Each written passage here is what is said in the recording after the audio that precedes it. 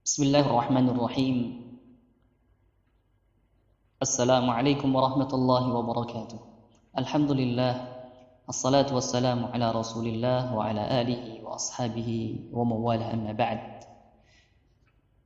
Kaum muslimin rahimakumullah.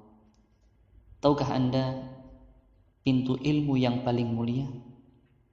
Iya, pintu ilmu yang paling mulia adalah memahami Asmaul Husna atau nama-nama Allah yang maha indah. Mengenal Allah, nama-nama dan sifatnya serta perbuatan-perbuatan Allah merupakan semulia-mulia ilmu agama. Beribadah kepadanya merupakan sebaik-baik amal perbuatan. Dan memuji Allah melalui nama dan sifatnya merupakan semulia-mulianya ucapan. Dan itulah pondasi dakwah para nabi kepada umat ini.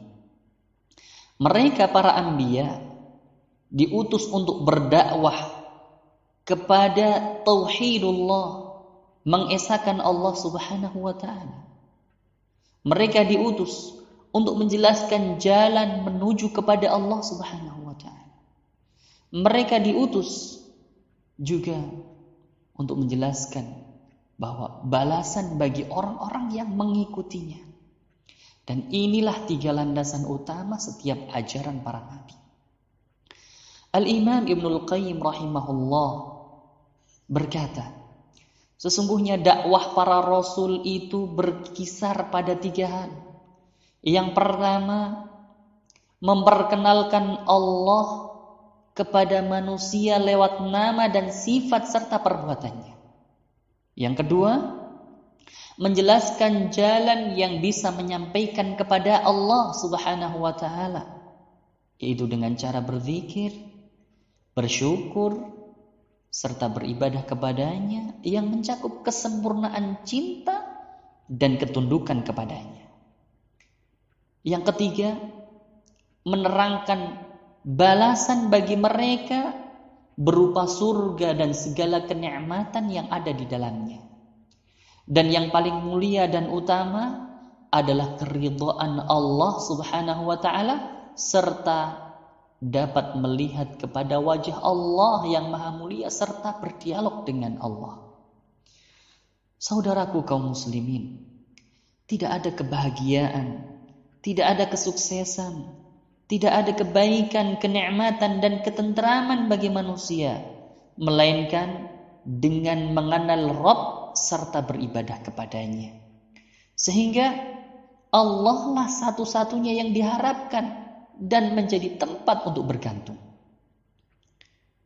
Pengenalan terhadap ilmu Asmaul Husna merupakan poros kebahagiaan, merupakan tangga kesempurnaan, merupakan jembatan kemuliaan, jalan meraih kenikmatan dunia dan akhirat, dan sebagai sebab menggapai cita-cita, keinginan, dan harapan yang paling mulia.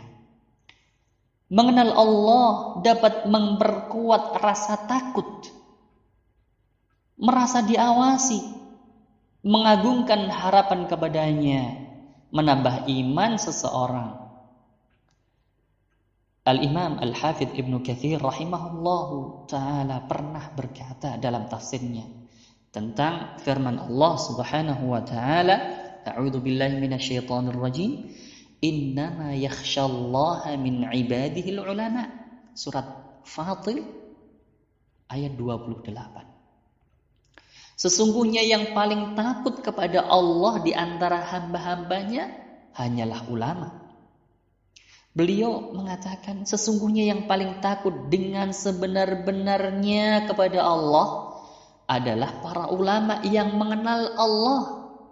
Karena jika dia mengenal Allah yang maha agung lagi maha mengetahui, yang tersifati dengan sifat-sifat kesempurnaan dan yang dinamai dengan nama-nama yang mulia, maka jika pengenalan terhadap dirinya lebih sempurna dan ilmu tentangnya lebih banyak, maka rasa takut kepadanya lebih besar dan lebih banyak. Ikhwatul iman rahimakumullah. Kehidupan manusia itu tergantung kepada kehidupan hati dan rohnya. Tidak ada kebaikan pada kehidupan hati melainkan dengan mengenal penciptanya, mencintai dan beribadah kepadanya saja, bertaubat, berzikir dan selalu mendekatkan diri kepada Allah Azza wa Jalla. Maka barang siapa yang kehilangan kehidupan seperti ini, maka dia telah kehilangan semua kebaikan. Segala sesuatu yang terlewatkan masih ada penggantinya. Tapi jika ia kehilangan Allah Subhanahu wa ta'ala, tidak ada sesuatu pun yang bisa menggantikannya. Bagaimana waktu terus bergulir, usia terus berjalan, sedangkan hati tertutup dari mengenal Allah Azza wa Jalla. Tidak mencium sedikit pun baunya, dan dia keluar dari dunia sebagaimana dia masuk ke dalamnya, tidak merasakan kehidupan yang sejahtera. Bahkan hidupnya di dunia seperti kehidupan binatang ternak. Kemudian dia berpindah ke alam kerugian, hidupnya di dunia merana, kematiannya tersiksa, dan hari akhiratnya pun sengsara.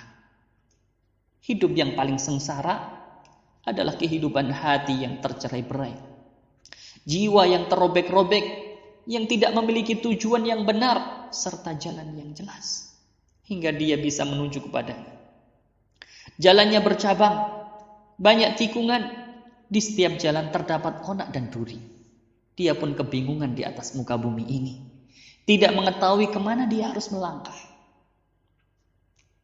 Maka barang siapa yang bersemangat untuk menjadikan tujuan utama hanya satu saja, yaitu Allah, dan langkah satu-satunya adalah keridhaan Allah, maka dia akan meraih puncak harapannya dan menggapai semua bentuk kebahagiaannya. Akan tetapi kebanyakan manusia hidupnya jauh dari harapan ini. Sebagaimana yang dikatakan oleh sebagian salaf, sungguh merugi orang yang hidup di dunia kemudian keluar darinya tetapi tidak merasakan kelezatan di dalamnya. Kemudian dia ditanya, apa kelezatan di dalamnya? Ia mengatakan, mengenal Allah, cinta kepadanya, selalu dekat dan rindu kepadanya. Ikhwatal iman, mengenal Allah Subhanahu wa ta'ala itu ada dua macam. Pertama, sekedar mengenal saja. Yang hal ini sama antara semua manusia yang baik, yang jelek, yang taat, dan yang berbuat maksiat. Yang kedua, pengenalan yang menimbulkan rasa malu, pengenalan yang menimbulkan rasa cinta, bergantungnya hati, memunculkan rindu, takut, bertaubat, selalu dekat, dan senantiasa menghadap kepadanya. Pengenalan seperti ini merupakan sumber segala bentuk kebaikan dan mata air bagi setiap keutamaan. Oleh karena itu, kenalilah Allah hingga timbul rasa malumu. Kenalilah Allah hingga cinta terpatri dalam sanubari. Kenalilah Allah hingga rindu bersemi ke dalam relung hati. Ikhwatal iman, demikianlah semua ketaatan dalam ibadah, mengenal nama dan sifatnya, merupakan pondasi bagi kebahagiaan dan pintu bagi seluruh kebahagiaan dan juga seluruh kebaikan di dunia dan akhirat. Wassallallahu ala nabiyyina Muhammad wa ala alihi wa sahbihi wasallam. Wassalamualaikum warahmatullahi wabarakatuh.